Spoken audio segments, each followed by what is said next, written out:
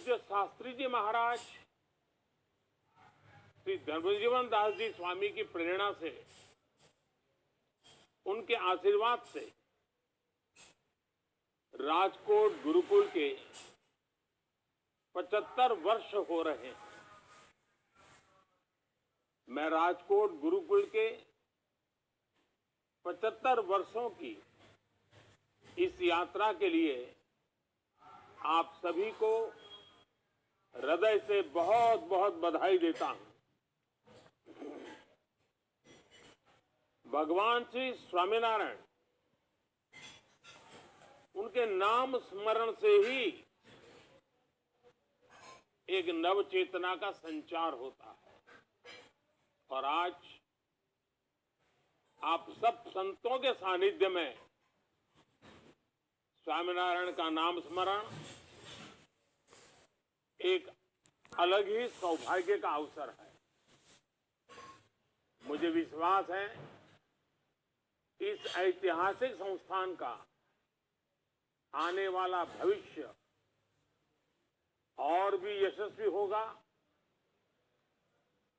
इसके योगदान और भी अप्रतिम होंगे। साथियों, श्री स्वामीनारायण गुरुकुल राजकोट की यात्रा के 75 वर्ष ऐसे कालखंड में पूरे हो रहे हैं जब देश अपनी आजादी के 75 वर्ष मना रहा है। ये सुखद संयोग तो है ही, सुखद सुयोग भी है। एक राष्ट्र के रूप में भारत की, आजाद भारत की जीवन यात्रा ऐसे सुयोगों से ही,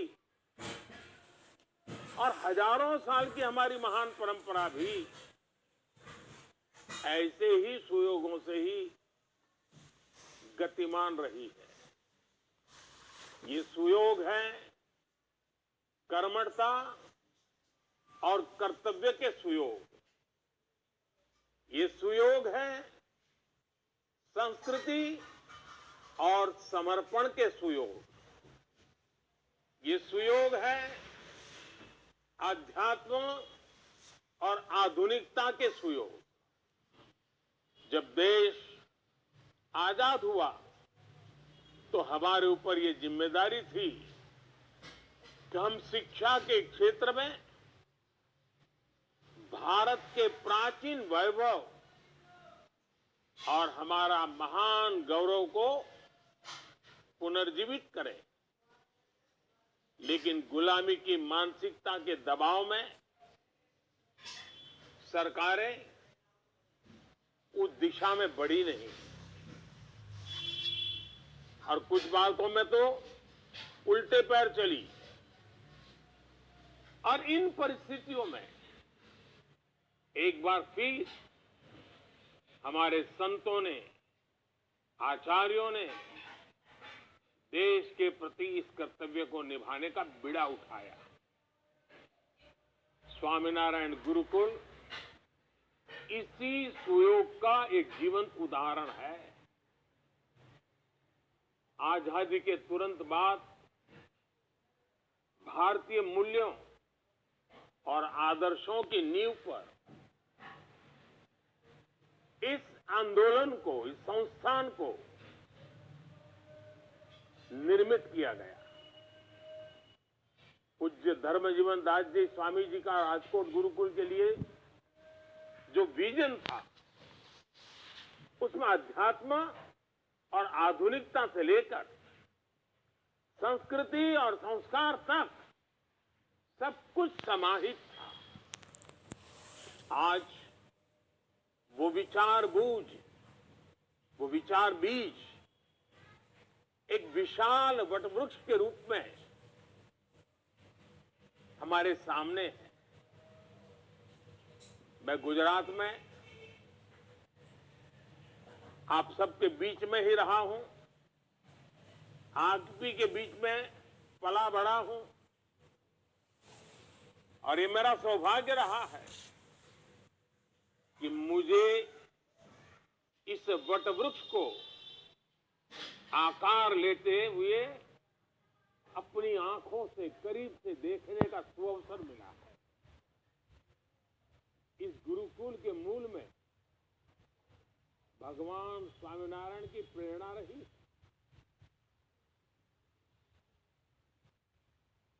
प्रवर्तनीया सद्विद्या भुवि यत् सुकृतम महत्, अर्थात सत्विद्या का प्रसार संसार का सबसे पवित्र, सबसे महत्वपूर्ण कार्य है।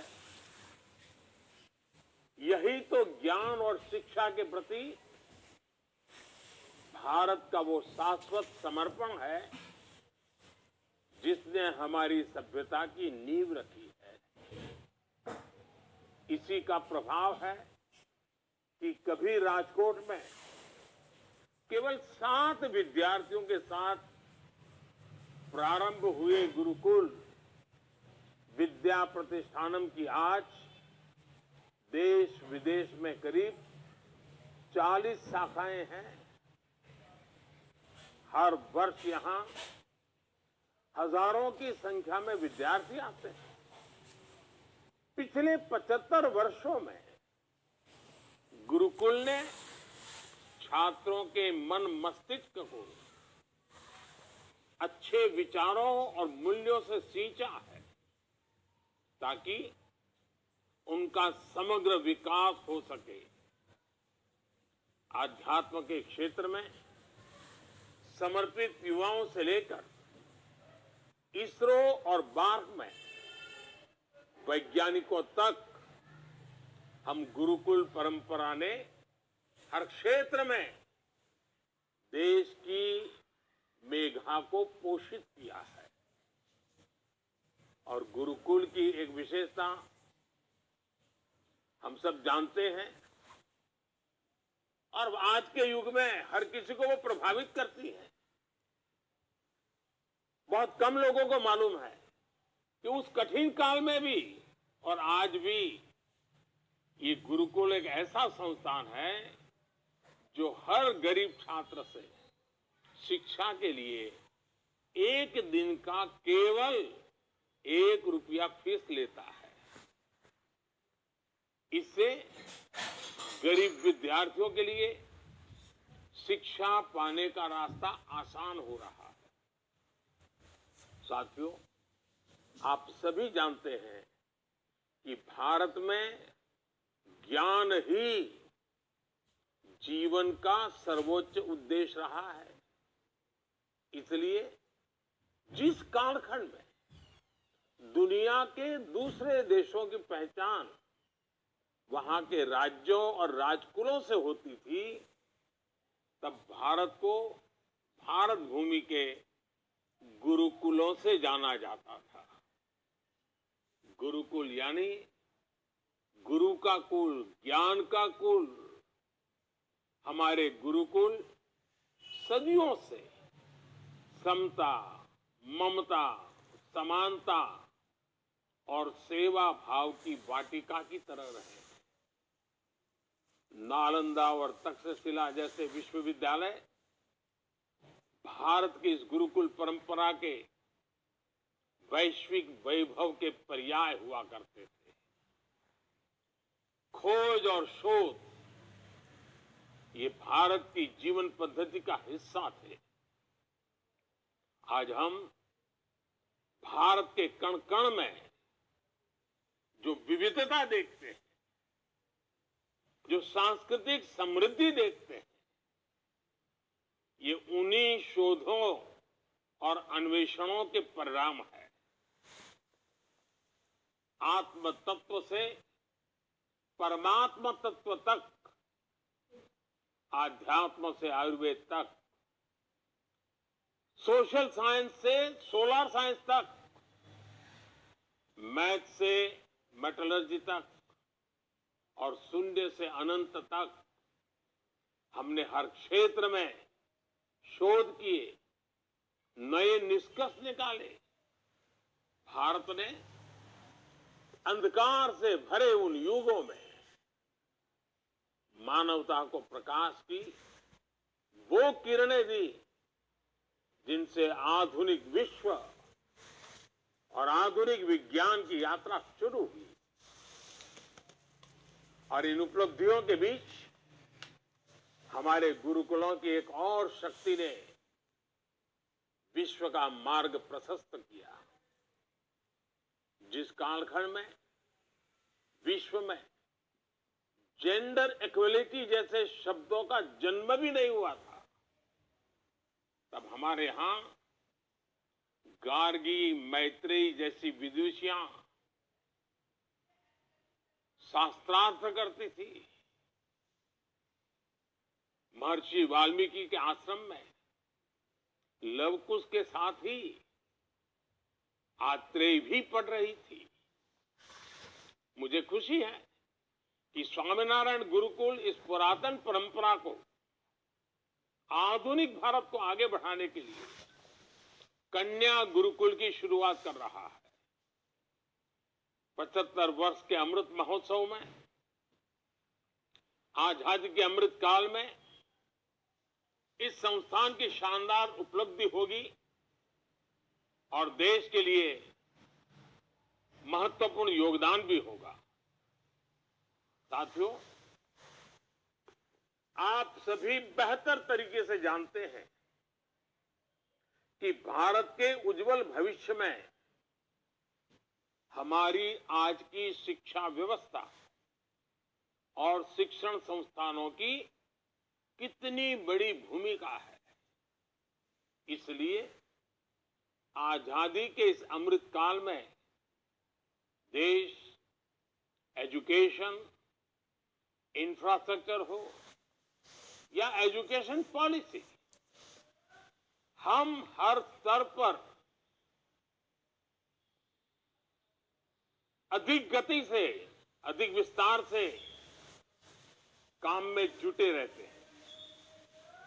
आज देश में बड़े शैक्षिक संस्थानों, IIT, triple IT, IIM, AIIMS जैसे संस्थानों की संख्या में बड़ी वृद्धि हो रही है।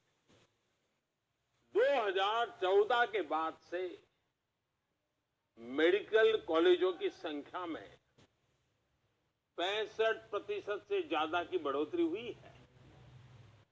नई राष्ट्रीय शिक्षा नीति के जरिए देश पहली बार उस शिक्षा व्यवस्था को तैयार कर रहा है जो फॉरवर्ड लुकिंग है, फ्यूचरिस्टिक है।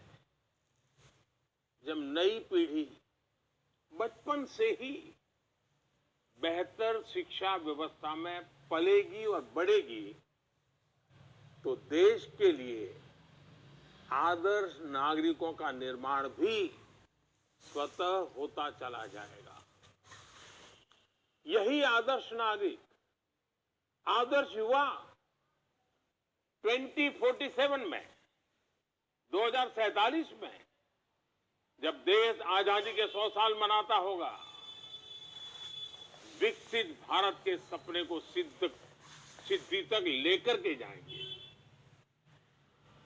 और इसमें निश्चित तौर पर श्री स्वामीनारायण गुरुकुल जैसे शिक्षा संस्थानों का प्रयास बहुत अहम होगा।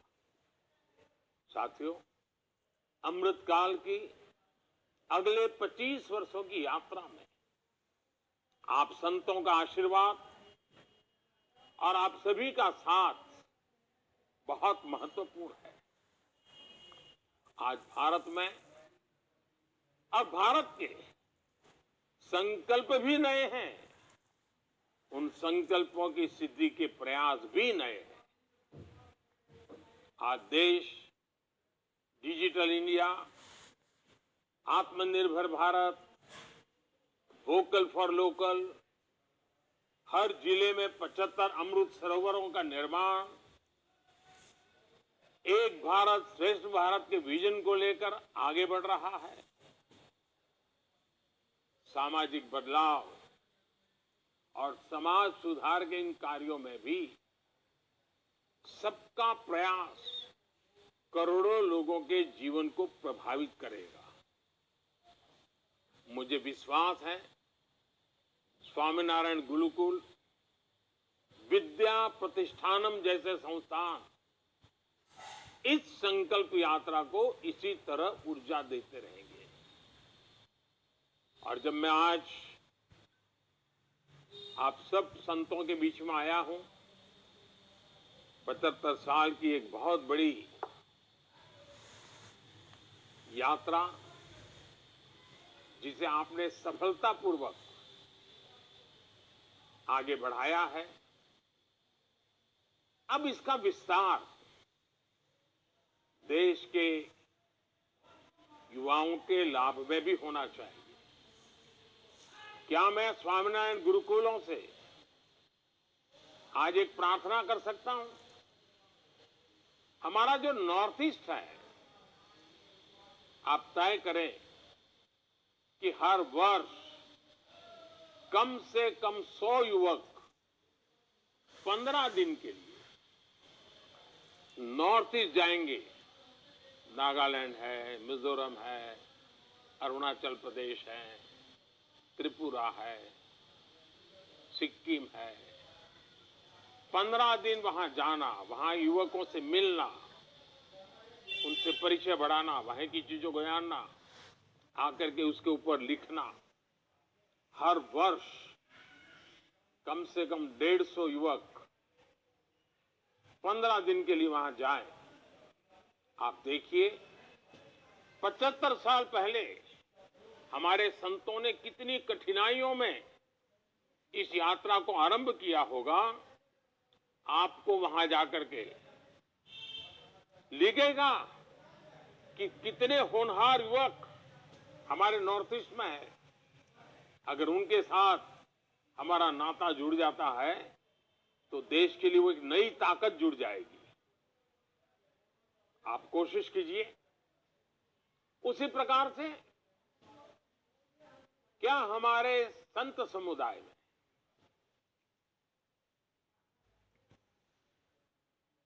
मुझे याद है जब बेटी बचाओ अभियान हम कर रहे थे तो छोटी छोटी बालिकाएं मंच पर आकर के 7 मिनट, 8 मिनट, 10 मिनट का बड़ा हृदय द्रावक और बड़े अभिनय के साथ भाषण करती थी। सारे ऑडियंस को रुला देती थी और वो कहती थी,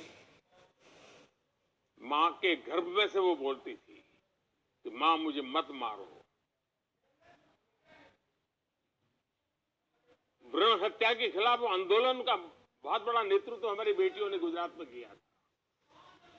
क्या हमारे गुरुकुल के विद्यार्थी धरती माता के रूप में लोगों को संबोधित करें कि मैं तुम्हारी मां हूं,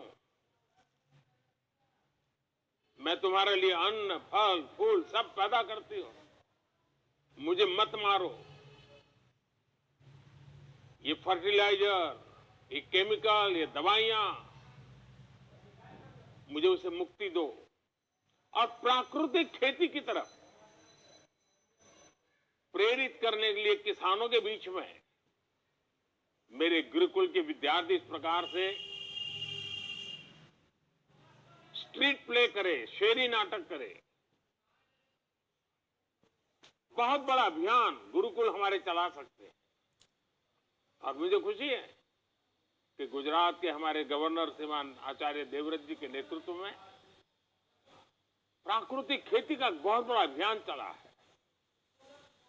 आप भी जैसे मनुष्य को व्यसन से मुक्ति का अभियान चला रहे हैं, वैसे ही धरती माता को इस प्रकार के जहर से मुक्ति का प्रण लेने के लिए किसानों को प्रेरित करने का काम कर सकते हैं। क्योंकि गुरुकुलों में जो लोग आते हैं वो मूल गांव से, किसानी परिवार से आते हैं। उनके माध्यम से बात बड़ी सरलता से पहुंच सकती है।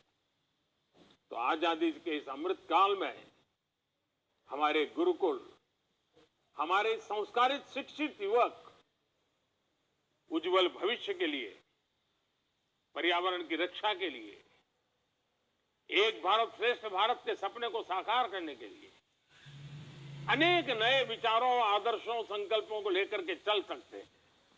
और मुझे विश्वास है स्वामीनारायण परंपरा की मेरे लिए बड़ा सौभाग्य रहा है कि स्वामीनारायण परंपरा में जब भी मैं आपसे मिला हूं, जो भी मांगा है आप सबने पूरा किया। आज जब मैं इन चीजों को मांग रहा हूं, मुझे विश्वास है आप भी इसको पूरा करेंगे और गुजरात का नाम तो रोशन होगा ही होगा, भावी पीढ़ी का जीवन आसान होगा। फिर एक बार आप सबका बहुत बहुत धन्यवाद। जय स्वामीनारायण।